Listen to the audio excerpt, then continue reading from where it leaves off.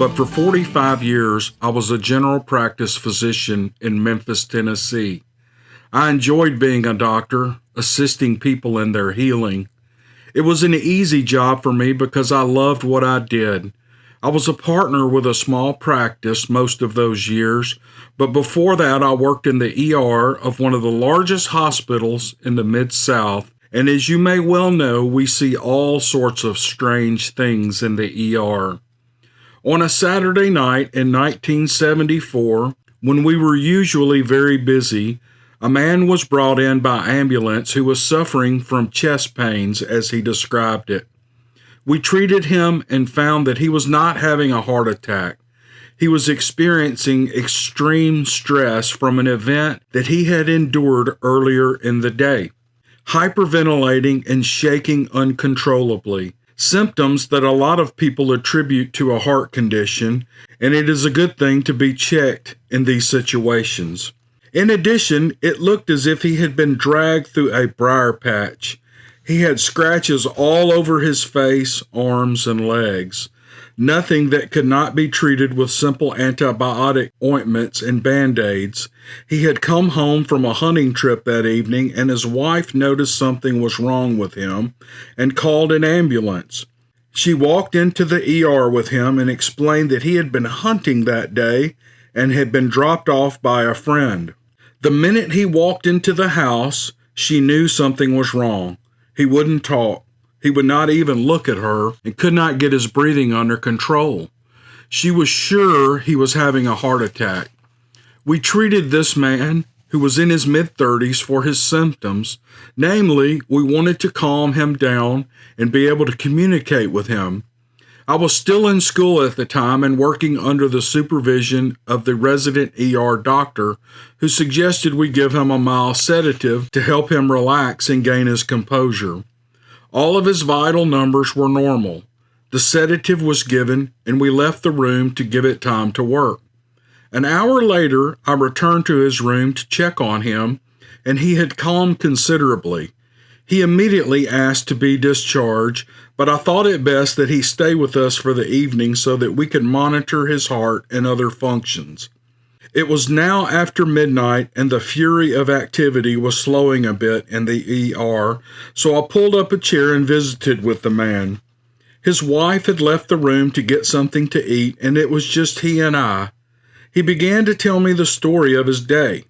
It was the craziest thing I had ever heard, and I won't go into the whole thing here, but understand that he had seen something in the woods that day that scared him to death. Even in his more calm state, I only got bits and pieces, but there was no doubt he had experienced mental trauma. It was something that I thought would change his life forever if he was telling the truth. I had my doubts until 3 years later when I experienced a similar event. The one thing I remembered from my conversation with him was the location of the event. My interest was piqued because it had taken place in the White River National Wildlife Refuge in Arkansas, not far from where I grew up. My family still owned land there, and many of my relatives still hunted the area. Some hunted deer, but most shot ducks all through the winter. I grew up in the hunting culture, but I must be candid and say that I was never an avid hunter. I enjoyed it, but it was not my favorite hobby, as it was with most of the men in my family. My hobby was photography. I loved taking great pictures, or at least I loved the thought of taking great pictures. In the 70s, camera technology was not like it is today. We shot our pictures on 35mm color negative film in various ISO speeds. At about this time, I was learning how to capture images with chrome or slide film. It is the same film that photographers used to take great pictures we saw in National Geographic and Sports Illustrated. I was not good at it, but I was getting better. Chrome film was relatively new, and it was expensive to have developed in the lab. I mainly got bad images, but 1 out of 1,000 would look good and be worthy to keep. Before I got married, this is what I spent my extra cash on. Photography is a bottomless money pit hobby, in those days for the amateur photographer. Instead of hunting with my friends and family, I would tag along with the men and take photographs. Many of those photos are in the family still today, and I look back at some and I must say I was not very good at it, but I did get a few decent images. It was November and 3 years after my patient had come into the ER telling me his story that I was in the White River Delta on a cold and overcast autumn morning. I was alone that day in a flooded area of timber owned by my father in a duck blind, armed only with my camera. I wanted to capture some great images of the ducks during the early migration through our neck of the woods. The duck season would open the following weekend, so this was the perfect time to get the images, if the ducks would show up, and before the hunting pressure was on. I arrived by boat an hour before sunrise so that I was well established and quiet before the morning flight of mallards and pintails. I must interject at this point to let your listeners know that in the 70s the populations of migratory birds was very low. Arkansas had considered closing the duck and goose seasons for a limited time to allow the populations to rebound, but thought better of it because of the reduced income to the state from license sales. It was only a few years after that it became obvious the duck populations were not low to hunting pressure, but more so due to lack of habitat. I had my gear set up, my film loaded, and my tripod anchored, and was having a hot cup of coffee as the first baby blue streaks of light appeared behind the clouds that welded the horizon to the sky. A slight cold breeze brushed across my face now and then, letting me know the seasons were about to change into winter. I was anticipating a great wildlife photo shoot. I felt a heavy thump on the bottom of the elevated blind, and it startled me.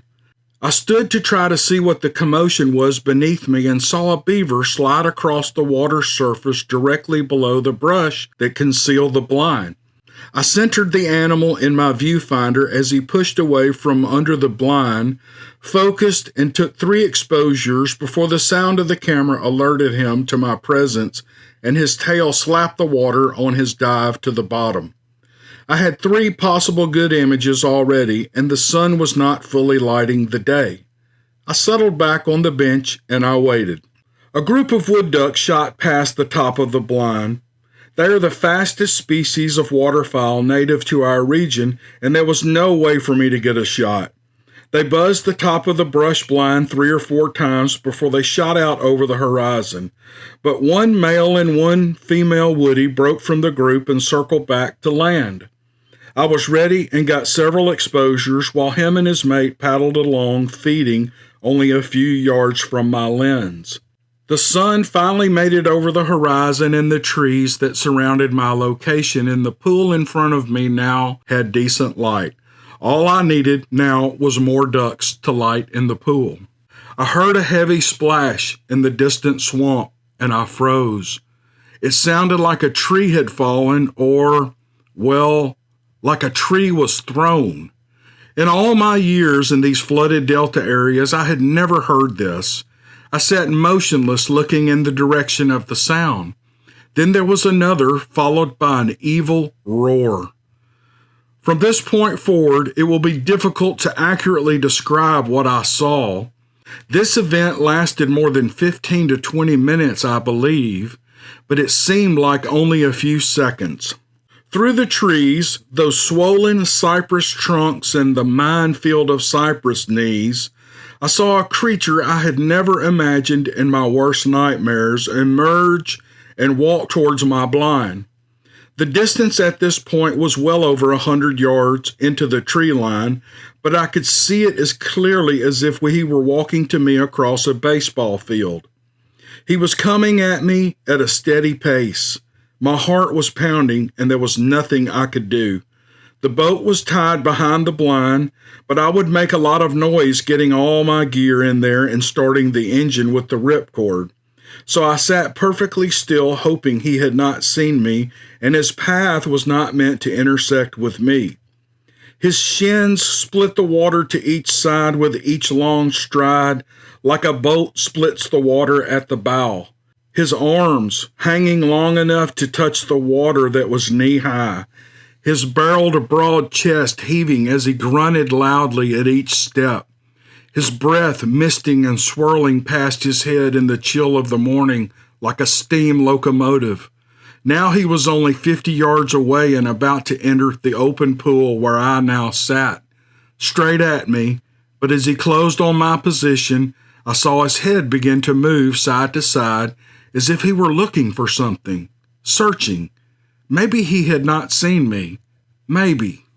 As he approached the largest tree in our pool, he stopped.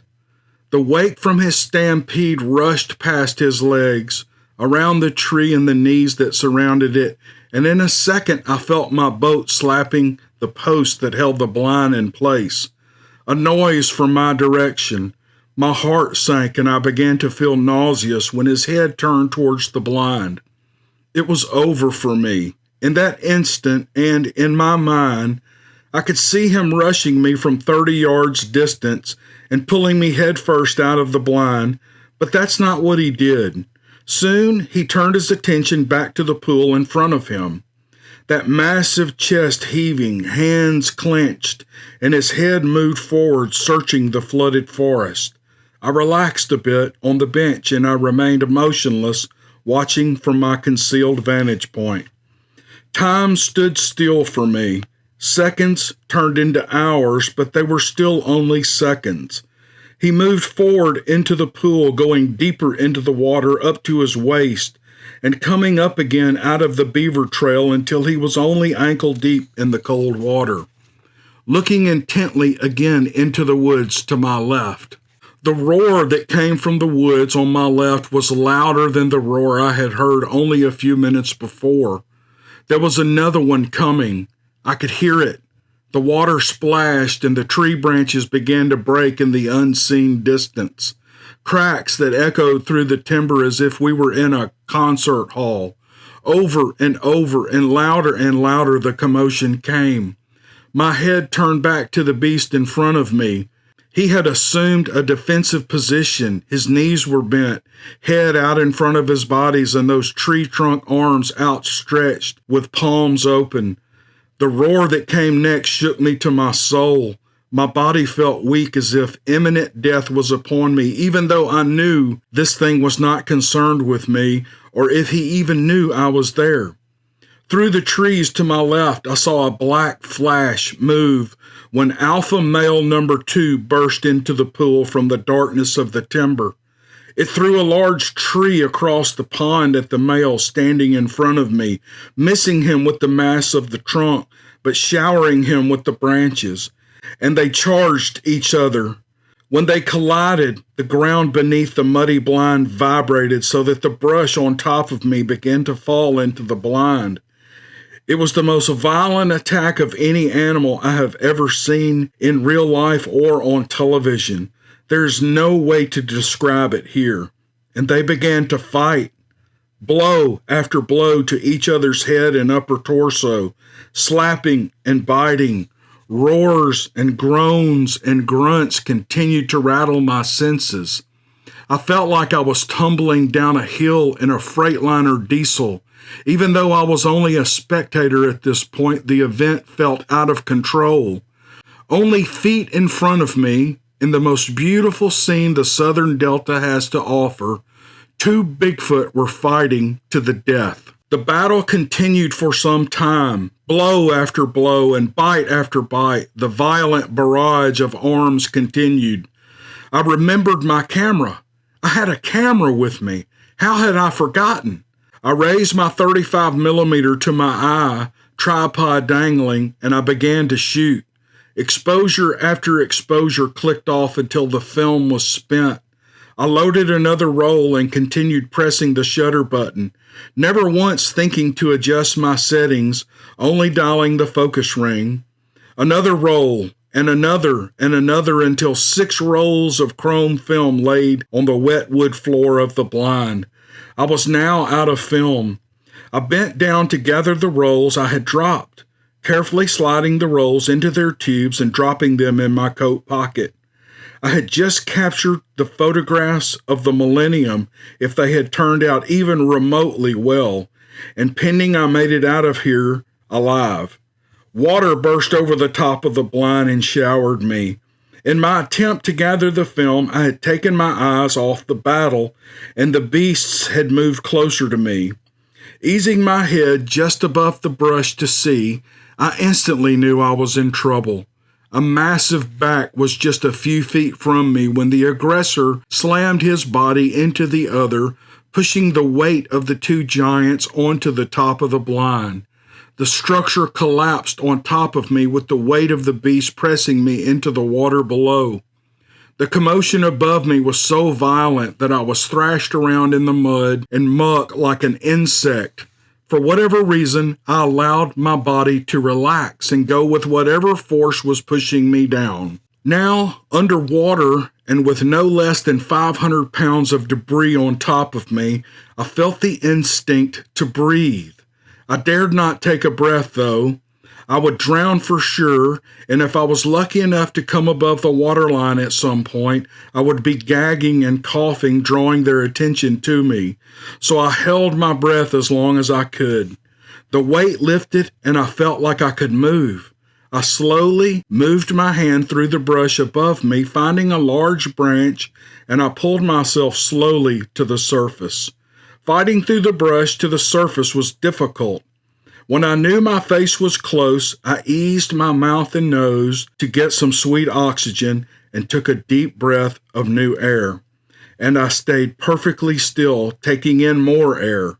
The battle was still going on. I could hear them through the water, but they had moved over the blind and the boat and were behind me now. It was time to make my move, and my head came fully out of the water, and my eyes searched left and right for the beasts. Finding them in my peripheral several yards away from me, I raised my whole upper body out of the muck, and there they continued the death match. Smaller trees snapped as they tumbled further away from me. Wood splinters would fly back in my direction several times, and the soul-shaking roars continued. I saw one of the titans begin to weaken. I did not know which was which. They both looked identical to me, except one being somewhat larger than the other. The apparent loser took a massive blow to his head and went down with the other on top of him. In its weakened or dazed state, it was pressed into the water and drowned by the other. The loser seemed to have a rally of strength and come above the water, only to give the other a better hold, and he was pressed back into the water until there was no movement. It was over. There was now a new king, or the incumbent king still held his position. I will never know. The new alpha stood erect and screamed into the trees.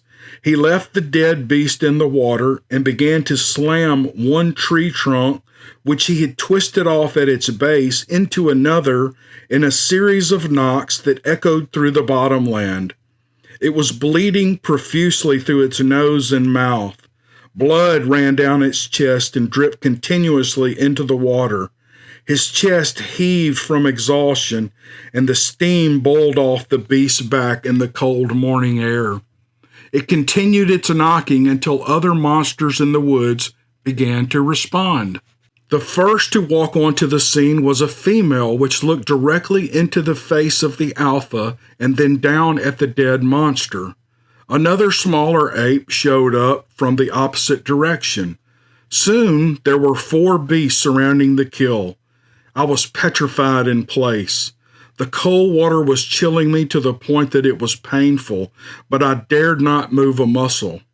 As I watched through the brush and the wreckage that surrounded me, I saw 2 younger males lift the dead Bigfoot from the water by its feet, and they began to walk away, dragging the corpse behind them. The others followed, but not the big male who had just won his title. He stayed and watched the crew walk away. All my hope faded when he turned and walked a few steps back in my direction. This was it. He knew I had been there the whole time. I slowly lowered myself back into the water, making myself as small as possible. I was still camouflaged to some degree, being in the middle of the pile of brush. I closed my eyes, hoping that I would become invisible. There were noises close.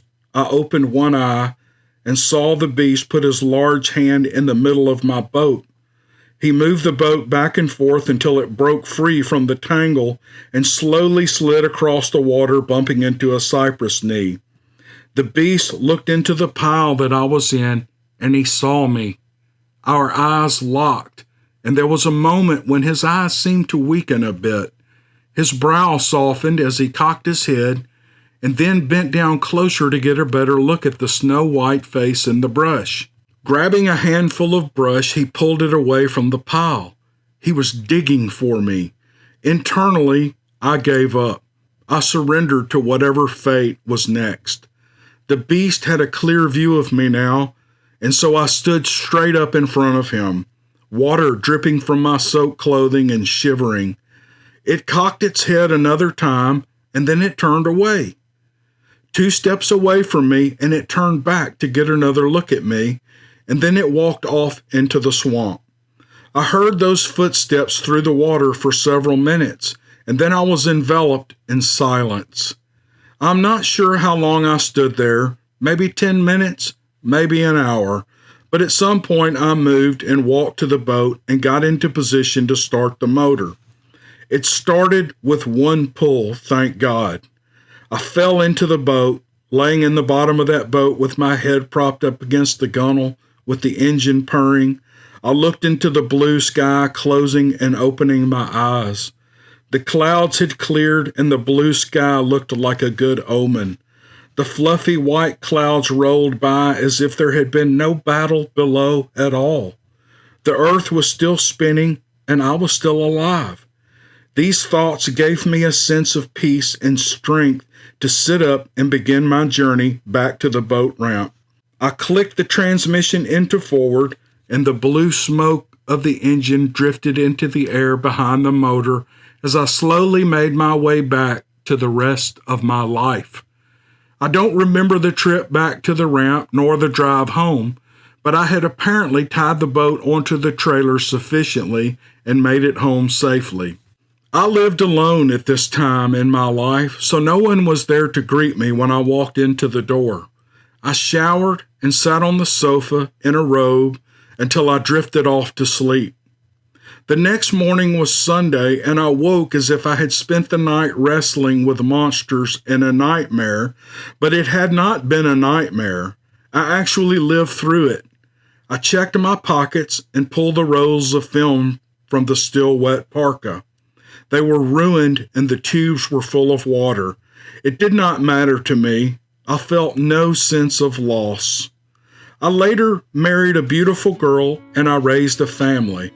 As I stated in the beginning, I was a part of a wonderful medical practice for many years. I lived a good life and I am at peace with everything I have seen and done in my life. I told one man about my day in the duck blind. Do you remember the man who had come into the emergency room that night all those years ago? I looked him up in the following weeks. I told him this story. I owed that to him. He and I are best friends to this day.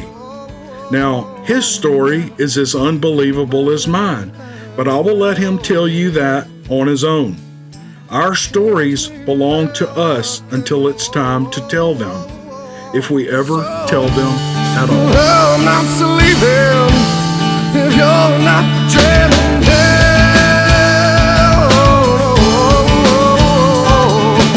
Everything's real and nothing's quite what it says.